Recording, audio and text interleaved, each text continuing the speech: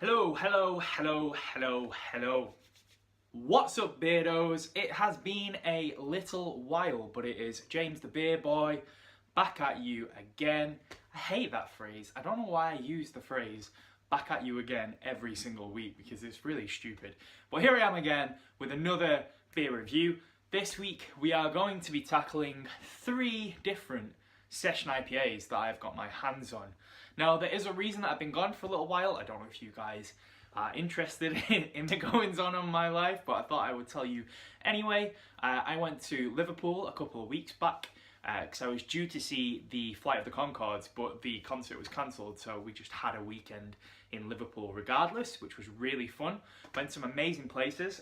I went to a place called the Dead Crafty Beer Club, I think it was, and I got a couple of amazing beers there that I'm going to be reviewing in just a couple of weeks. One of them is this one behind me, the Evil Twin Omnipollo Collab Half and Half Lemonade Iced Tea IPA. That's a bit of a mouthful, but yeah, I'm going to be checking that out in a couple of weeks. I can tell you the story behind that one. I also went to a really nice pizza restaurant, which was called Crust, which was really cool. Yeah, I had a really good time, and then last week I was at a wedding where I was the best man, which was amazing. I had a really great time there. I went to a place called the Cambridge Brew House down in Cambridge, which is where the wedding was, which was really nice. There were some great beers there. I had a few wild weather ales there, which were beautiful. So yeah, I'm really happy about my last couple of weeks, but it has meant that I couldn't make any videos for you. So today I thought I would come back with a bit of a bumper episode, and we are going to be tackling 3 different session IPAs. Now, these are session IPAs, as per usual. I'm a big fan of supermarkets because they're pretty cheap. These were 3 IPAs that I picked up from my local Asda because they were on offer, and they all sounded pretty interesting. So the beers that I'm going to be trying today, first up we're going to have the Harbour Session IPA, which is the one that I have tried before. Next up we have got the My Generation Session IPA. I'm not sure who this brewery even is, but the art on it is really cool. I'm not sure if you can see that in that light, but that looks pretty tasty. And then I have also got the Atom Quantum Pale, which is another session IPA, hence the video title. So yeah, let's see what these are like. I've heard good things about this brewery, Atom Brewery. I know that they've got another couple of good beers out on the market, so we will see. Apologies if I am a little rusty. Like I said, it's been a couple of weeks for me, although I can say got a new beer jumper, which I'm very happy about. This is a McKellar beer jumper. So yeah, rocking the beer jumpers again. So the glass that we're going to be using this week is just this Beavertown glass that I picked up at one of the Beavertown events that I went to a couple of years back. Again, Beavertown is one of my favourite breweries. They are just set to release their Bloody Hell IPA, which comes out once a year. And that's going to be at Bundobust in Manchester for those of you who are based up north like myself. So I'm going to be heading to that. So yeah, if I do get a couple of cans of Bloody Hell, I will make sure to review them because, like I said, it's one of my very favourite beers, so I'm very excited for it.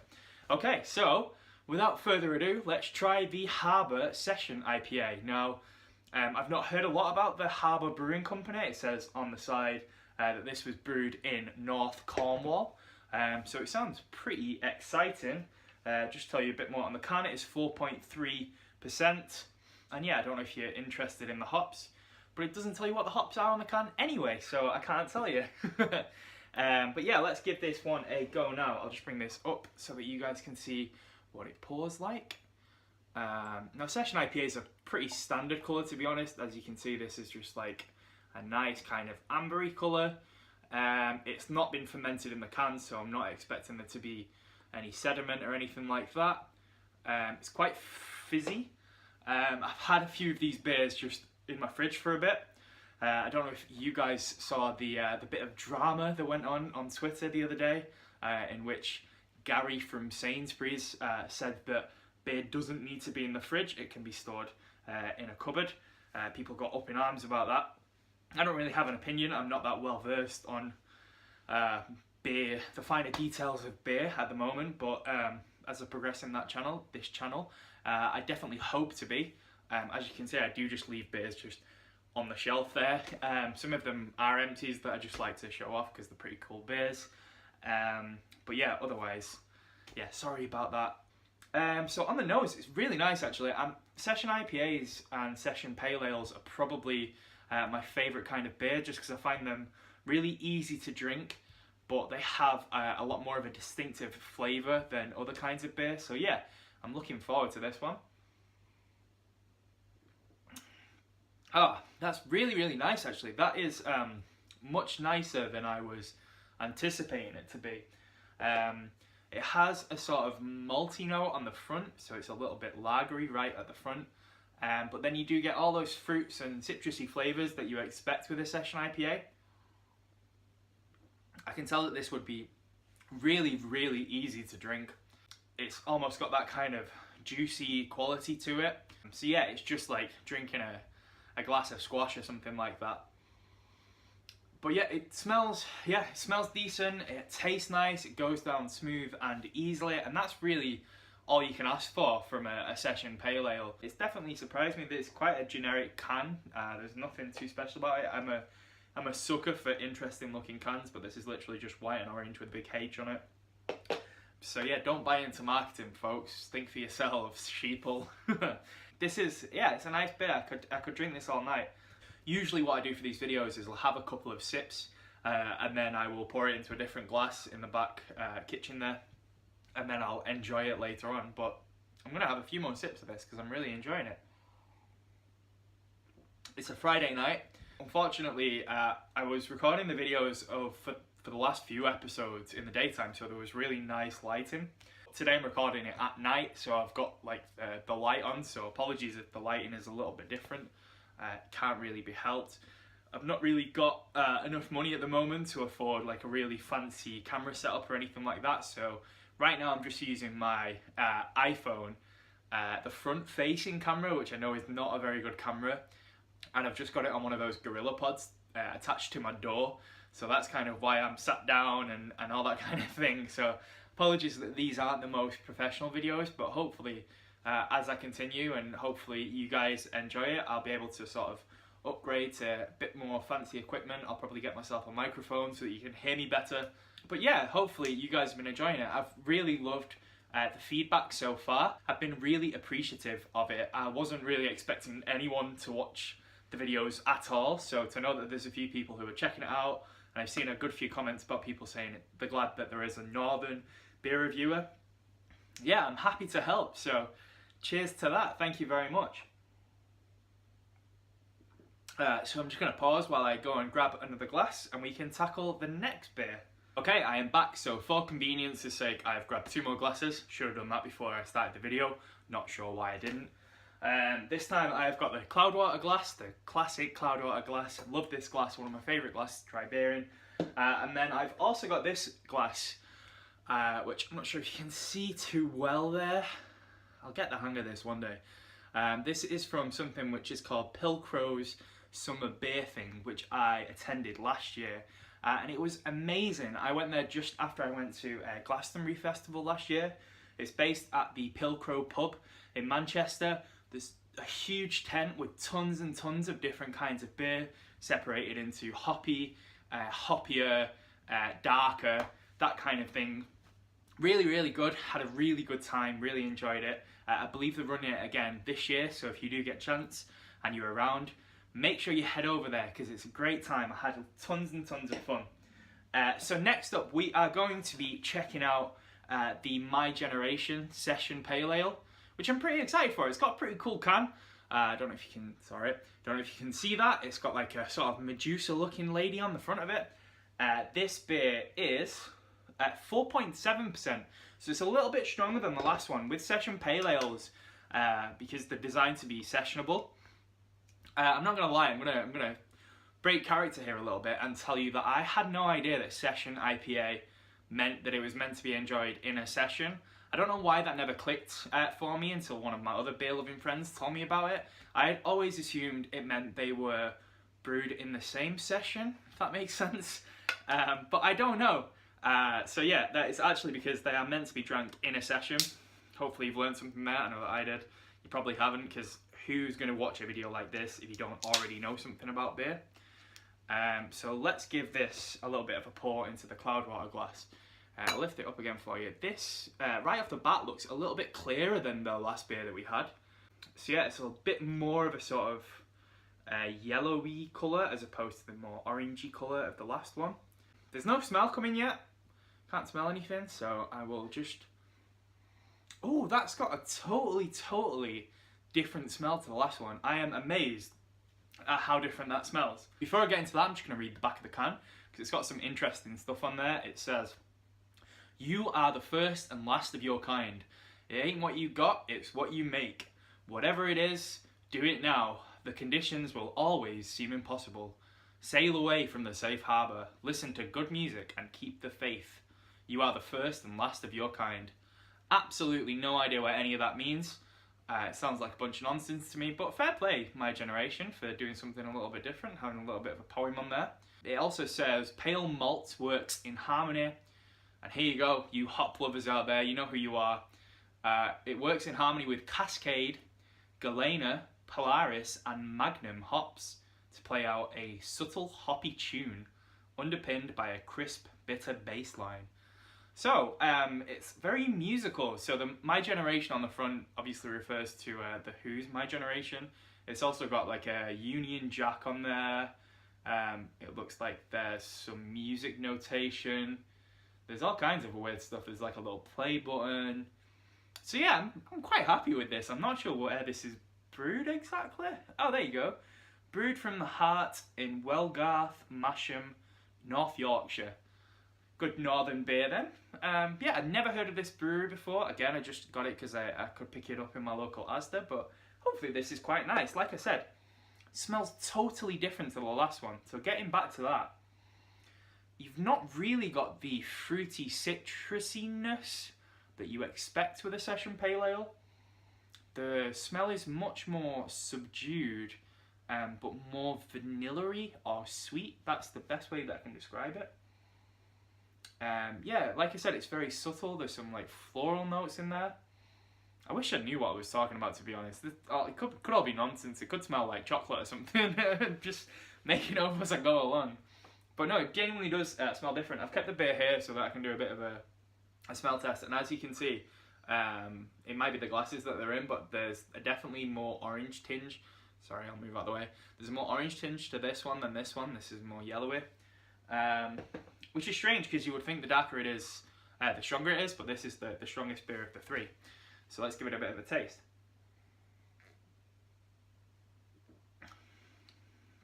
This is totally different to the last one.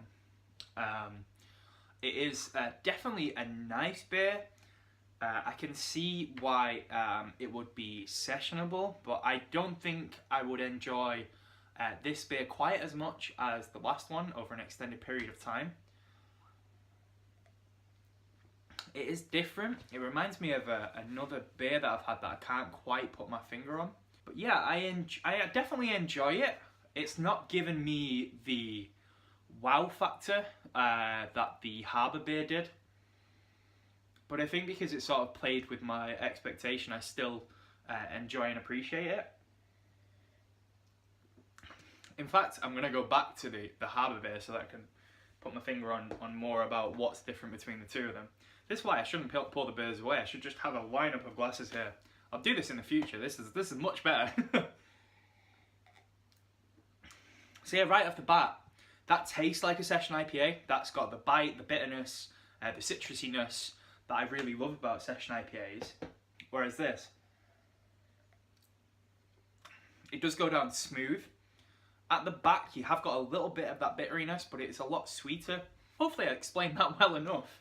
If not, just get down to Asda and try a couple of them, because they are both decent beers. But yeah, I'm definitely preferring this. This is the winner of the lineup so far. But let's move on to the last one. This is going to be an enormous video. I'm sorry about that, guys. I didn't expect it to be this long, but I guess I've got carried away a little bit. So, as I said before, this is the Atom Quantum State Session IPA. Again, it's in a really cool can. It's very scientific, which you would guess from the name. And even on the side it says, the science of brewing. A quantum state shows the probability of every outcome of a measurable situation. A beer for every occasion, light, drinkable, and full of citrus flavour. That's what we like to hear. Extra pale malt with some body from the addition of oats. That's nice. I'm quite a fan of oats in beers, so that's good. A simple but effective malt bill? What's a malt bill? Is that like a bill like a beep or I don't know. A simple but effective malt bill allows our favourite American hops to shine. Very nice. Now this does say on the back of it that it is unfiltered, unpasteurised, natural beer, store upright, and luckily I did read that, so this has been stored upright in the fridge. The other two, I can't remember, they might have been, they might not have been, but I know that I definitely stored this one upright. And it was brewed in Hull, funnily enough, so there you go. This one's from Hull, so 3 different parts of the UK. Hopefully they all bring different things to the table. I'll probably speak about this in a future video, but I spoke to the owners of Cloudwater when they were first opening up their brewery a couple of years back now. I think it was 2015, can't remember exactly. But I went to one of their launch events and they were saying that they had originally planned to move to London to brew their beer.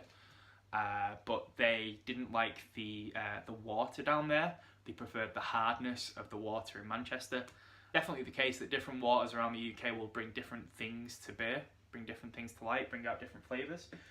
So, without further ado, I think that's the second time I've said that in this episode. Let's give this a go. I've just given it a little bit of a sniff. It smells nice. Again, very subtle, but I'm not really getting the floweriness of the last beer. Yeah, it pours very smooth. This has got a much more similar colour to the first Harbour beer. I'm trying to pour it quite easily so that I don't get any of the sediment in there. It is a little bit hazier, it's a little bit murkier, I don't know if you can see that.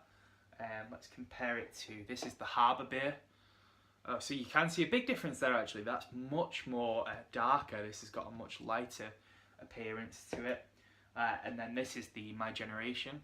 They're much more similar. That's a little bit darker on this side here, which is the Atom Quantum State.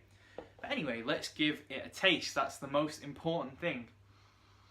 It smells very nice actually. This smells like the kind of beer that I typically really enjoy. Wow. That doesn't taste very good. Now maybe that is after the last couple of beers, but it's got hopefully it's not off. It's got a very sour taste to it, very sort of bitter sour taste to it, which really lingers on the back of my throat as I'm drinking it. I might not drink too much of this. Let me just check the date on this can. I thought I got it pretty recently, but oh no, it should be fine. 29th of November this year, so it's definitely not off. Like I said, I stored it correctly, so I can't understand quite how this beer would be sessionable. So yeah, that is not a good beer. That's not a beer I would recommend, and that's probably the first time that I've said this on this channel. Typically I really enjoy all the beers that I have, but this has got a really sort of bitter, acrid taste to it, and it leaves a really bad aftertaste on the back of my throat. Really not enjoying this one, so I'm probably not going to finish this. I'm just going to try the other two, partially to wash the taste out of my mouth and partially to decide which one I like the best, but I think you will all know which one is going to be the best here. That was the Harbour beer. Smooth, citrusy, nice amount of bitterness just at the back of the throat, no lingering flavours, just a nice solid beer. That's a good beer. That's definitely surprised me. I'd probably only give it a 7 out of 10 because it's not reinventing the wheel or anything like that, but it's just a good solid beer that you'd like to have on your shelf for occasions when people are coming around or anything like that. So yeah, happy with that beer. For My Generation, probably a 5 out of 10. Definitely does something different. A lot sweeter, a lot more vanilla. Yeah, not a bad beer at all, but not one that I would typically tend to pick over any other beer. And then finally, the atom quantum state. No. Oh, really, really bad. I just took the tiniest of sips then just to confirm it and make sure that I wasn't going crazy. But no, that beer is not for me. So yeah, hopefully you guys enjoyed this video. Like I said, sorry that it is super duper long. Maybe you like that, maybe you don't. If you do, please let me know, because all feedback is great feedback. And yeah, hopefully you guys are all trying interesting, tasty beers. And if you are, do let me know down in the comments which beers you're enjoying at the moment, which beers you think I should try. Oh my god, I'm sorry. Which beers you think I should try. I'm trying to get out there more and try some different beers that are unusual to me, or that I haven't typically tried before. I'm going to be going through this shelf behind me over the next couple of days to get some videos banked up so that I don't have to have a big 2-week gap between videos again. And yeah, hopefully you guys are good. I don't know why I ended with that. I just thought I'd be nice at the end. But yeah, hopefully you're all good. Enjoy beer, and I will see you next time. Thank you very, very much for watching.